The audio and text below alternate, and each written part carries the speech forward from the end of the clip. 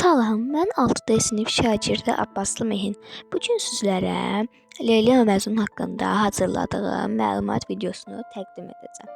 Hekayə qədim ərəb qəbilələrindən birində başlar. Qeys adlı istedadlı bir gənc məktəbdə Leyla ilə tanış olur. Onların bir-birinə olan saf, təmiz duyğuları isə qısa zamanda hər kəsə bəlli olur. Lakin o dövrün sərt qanunları və insanların dedikodusu bu sevginin qarşısında böyük bir səddə çevrilir. Leylinin atası qızını Qeysə verməkdən imtina edir və onu başqa biri ilə evləndirir. Sevdiyindən ayrılan Qeys üçün dünya öz rəngini itirir. O kədərdən başını götürüb çöllərə, səhralara üz tutur. Onu axtaranlar Qeysi vəhşi heyvanların əhatəsində quşlarla dərdləşən halda tapırlar. Artıq əvvəlki Qeys deyil, Leylinin eşqi ilə hər şey unudan, ağlını itirmiş bir Məcnundur. İnsanlar ona dəli desələr də, əslində Məcnun hamıdan daha dərin bir həqiqətə təmənnasız sevgini dərk etmişdi. Bu qədim əfsanəni 1188-ci ildə öz qələmi ilə ölməzləşdirən dahi Azərbaycan şairi Nizami Gəncəyevdir.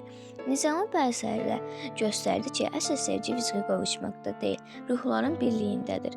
Onun yazdığı bu poema dünya ədəbiyyatının incisinə çevrilmiş, Shakespeare-dan tutmuş bir çox böyük yazıçılara ilham vermişdir.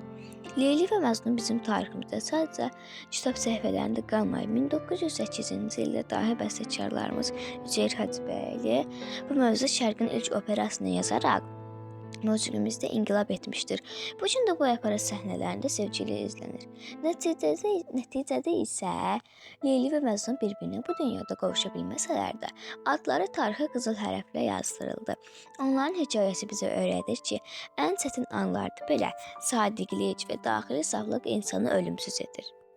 Və mən ümid edirəm ki, siz mənim hazırladığım təqdimat videosunu bəyənərsiniz.